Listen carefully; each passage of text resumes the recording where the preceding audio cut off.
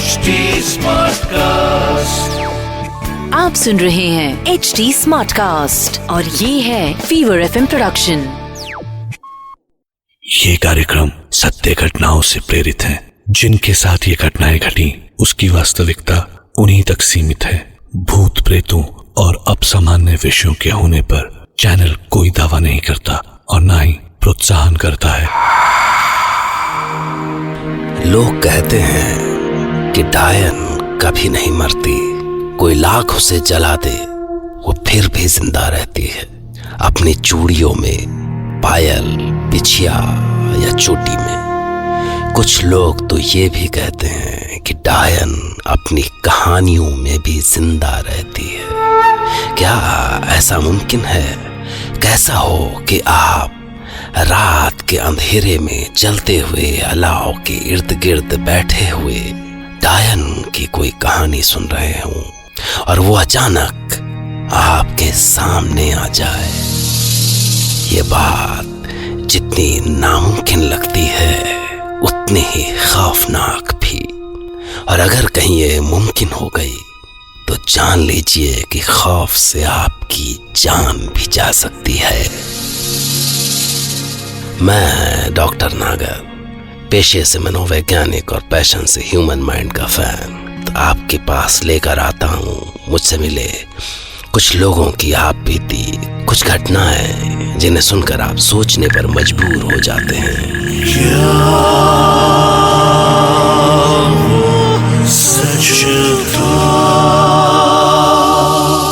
आज की कहानी दो दोस्तों विशाल और रणबीर की है। उन दोस्तों की कहानी जो खौफ की उस हद से गुजर गए जहां से कोई वापस नहीं लौट पाता। तो रणबीर सुनाएंगे अपनी वो दास्तान जो उनके दोस्त विशाल ने उन्हें सुनाई और जिससे वो बाल बाल बचे। शायद मैं और विशाल कुछ महीनों बाद मिले थे। बातें शुरू हुई तो विशाल मुझे एक अजीबोगरीब घटना और उससे जुड़ी कहानी सुनाने लगा। वो घटना या कहानी कुछ इस तरह से थी। विशाल दिसंबर के महीने में कंपनी के किसी काम से शाहजहांपुर गया था। वहां कंपनी के ही गेस्ट हाउस में उसके ठहरने की व्यवस्था की गई थी। उस रात वो अपने कमरे में सोने की तैयारी में था कि तभी लाइट चली गई। सर्दी की रात में वो खिड़की तक आया तो उसे नीचे कुछ दूरी पर एक अलाव जलता दिखाई दिया। ठिठुरन से बचने के लिए वो नीचे उतर के वहां तक गया। अलाव के इर्द गिर्द गांव के 3 लोग बैठे बातें कर रहे थे। विशाल ने उनसे बातचीत शुरू की। बड़ी सर्दी है भाई। बैठ जाओ बाबू, आग से आराम मिल गया। अब जाके जान में जान आ गई। तुम लोग कैसे रह पाते हो यार यहाँ पे? अरे त्रिलोकी, कुछ सुनाओ ना भाई। क्या सुनाए? अरे वही कहानी सुनाओ ना, डायन वाली। और क्या सुनाओगे? हाँ, ऐसी सर्द अंधेरी रात में भूत डायनों वाली कहानी सुनने को तो मजा आएगा। जाने दो बाबू, वो कहानी अच्छी नहीं है। उस आदमी ने कितना मना किया कि वो कहानी सुनने की जिद ना करे, पर विशाल उसके पीछे ही पड़ गया था। ठीक है बाबू, सुनाते हैं, पर फिर मत कहना कि अरे सुनाओ। जगत सरकार कोई राजा से कम नहीं थे। बड़ा इज्जत, शान, शौकत, महल 2 महला था उनका। 80 गांव की जमींदारी थी उनकी। उनका हुक्म समझो कानून। उनका बेटा नरेंद्र सिंह का दिखता था। जवानी ऐसी कि परी मर जाए उस पर। जब पक्की पे बैठ कर निकलता था तो रियासत की औरतें आहें भरती थी कि हाय किसके नसीब में होगा नरेंद्र। और एक दिन जब नरेंद्र जयपुर की अपनी यात्रा से लौटा, सबने वो नसीबों वाली देखी। उसका नाम था रतन कुमारी। क्या सांवला रंग, कैसा बदन, और जब वो हिरनी जैसी चाल चलकर सरकार के अहाते में आई तो सबकी नजर जैसे जम के रह गई। बाबूजी, ये है रतन, और रतन ये है हमारे बाबूजी जगत सरकार। खड़ी खम्मा सरकार। घड़ी खम्मा मतलब बाबूजी राम जुहार। वाह वाह, पर बहू तेरा घड़ी खम्मा भी बहुत सुंदर लगा हमें। तू यही बोला कर। रतन कुमारी के आते ही जैसे सरकार का दुमहिला गुलजार हुई गवा। हर बखत बस सबके कानन में उसकी पायल ही बजती रहती, और जब पायल ना सुनाई देती तो तुम कहाँ हो रतन? लो आ गई थारी रतन। इतना दूर मत जाया करो कि तुम्हारी पायल भी न सुनाई दे। क्यों परेशान होते हो जी? अब तो ये पायल की आवाज प्राण के साथ ही जाएगी। तब नरेंद्र बाबू नहीं समझे रतन की बात का मतबल। पर एक रोज जगत सरकार अपने बेटा बहू के साथ थे तब। ये लो बेटा गाड़ी की चाबी, तुम्हारे लिए खास विलायत से मंगवाई है हमने, बाहर अहाते में खड़ी है। और हाँ, गाड़ी लेके फुर्र से भाग मत जाना। ये तोहफा सिर्फ तुम्हारे लिए नहीं, हमारी बहू रानी के लिए भी है। जहाँ जाना उसको साथ लेके जाना, समझे? पर तभी गौशाला देखने वाला भानु हुआ आया। सरकार सरकार, गैया मर गई। तो क्या करें? क्या हमारे ऐसे दिन भी आ गए हैं कि हम एक एक जानवर की गिनती करें? ये एक दिन का बात नहीं है सरकार। गौशाला में रोज रात को एक जानवर मरता है। जान पड़ता है जैसे कोई खून पी रहा है उनका। क्या खून पी रहा है? कौन? क्या जाने छोटे सरकार, ऐसा जानवर आज तक तो देखे ही नहीं जिंदगी में। पर असल में उनकी चिंता तो अब शुरू हुई थी। काहे से कि एक रात जब नरेंद्र सो के उठा तो रतन बिस्तर पे नहीं थी। रतन? रतन कहाँ चली गई? दीनू, बहू रानी को कहीं देखा तुमने? नहीं सरकार, पर क्या? कोई ऐसा छाया जैसा बाहर जाते हुए देखा था। छाया जैसा? नरेंद्र कुछ नहीं समझ पाया। पर हाँ, उन्होंने जब एक दो रात रतन को बिस्तर से गायब पाया तो वो बिस्तर पे चुपचाप पड़े उसके उठने का इंतजार करने लगे। और फिर रात को जब वो उठी तो वो भी दबे पांव उसके पीछे पीछे चल पड़े।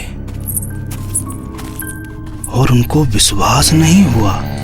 रतन गौशाला में पहुंची और उसके बाद उन्होंने जो देखा तो उनके होश उड़ गए।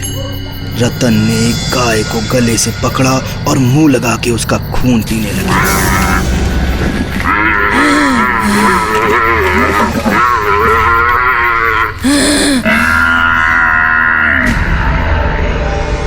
उस रात के बाद से तो नरेंद्र को ऐसा लगने लगा कि रात वो रतन के साथ नहीं, मौत के साथ सो रहे हैं, मौत के साथ।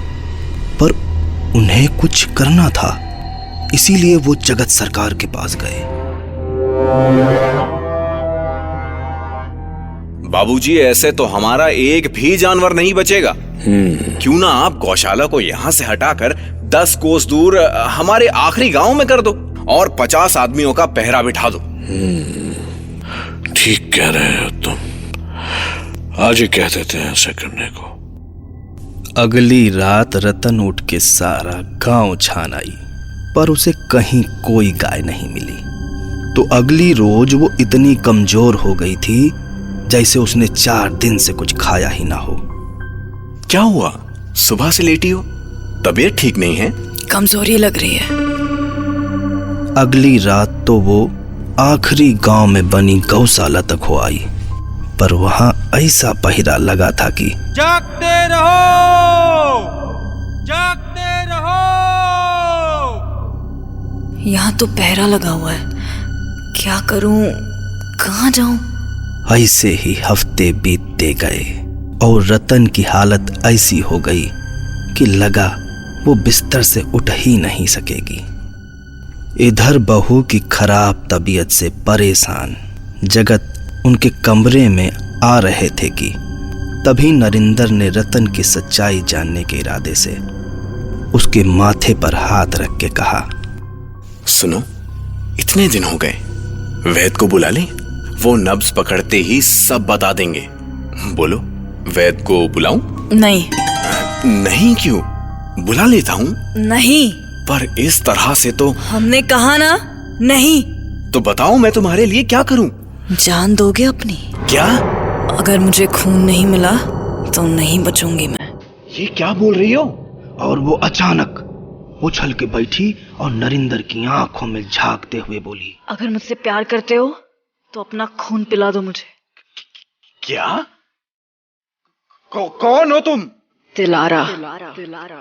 तिलारा डायन। और इससे पहले कि नरिंदर कुछ कर पाता, तिलारा उसके सीने पर सवार हो गई। तिलारा ने उसकी गर्दन पर अपने लंबे दांत गड़ा दिए और उसका खून पीने लगी। पर तभी जगत सरकार उधर आ गए। कौन है तुम? कौन? छोड़ उसे। पर जब तिलारा की सच्चाई सामने आ ही चुकी थी तो उसे कौन सा डर बचा था। अगले ही झपट्टे में वो जगत सरकार की छाती बजा बैठी और उसे उनके भी प्राण निकालने में देर नहीं लगी।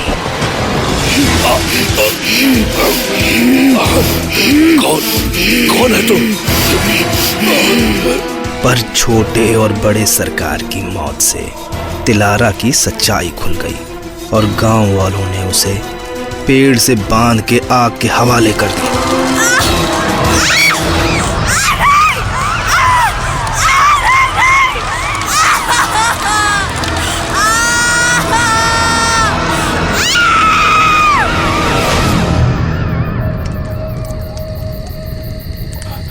कहानी तो बड़ी भयानक थी भाई।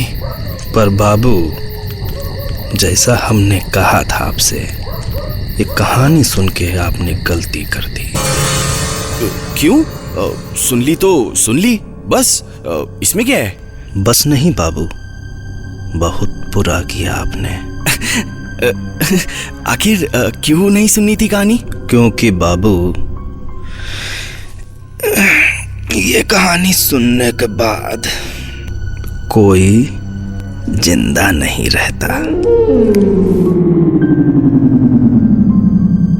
विशाल की कहानी में बुड्ढे के मुंह से निकली इस बात पर मैं भी हंस पड़ा। पागल थे वो सारे। अरे अभी मैंने भी तो ये कहानी सुनी ना, और देखो देखो मैं जिंदा हूं। यही बात मैंने भी उस बुड्ढे से कही थी और उसका जो जवाब उसने दिया वही मैं तुम्हें दे रहा हूं। क्या जवाब? वो मरे हुए लोगों को नहीं दिखाई देती, पर जरा पीछे मुड़ के देखो, कहीं वो तुम्हारे कंधे पर तो नहीं बैठी।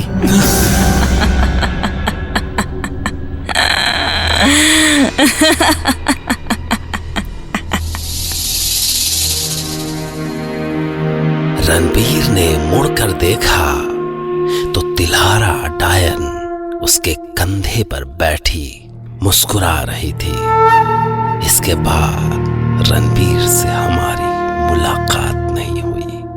पर सवाल है कि ये कहानी तो रणबीर ने भी सुनी, मैंने भी सुनी और अभी अभी आपने भी। तो क्या हम अगली कहानी सुनने और सुनाने के लिए कल तक जिंदा रहेंगे? क्या जाने, शायद और शायद नहीं भी। आप सोचिए, क्योंकि हो सका तो मैं आपके लिए एक नई घटना लेकर, जिसे सुनकर रणबीर की तरह आप भी कह पड़ेंगे,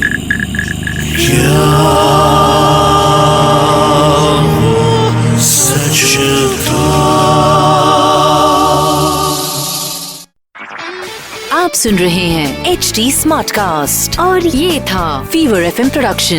HD स्मार्ट कास्ट।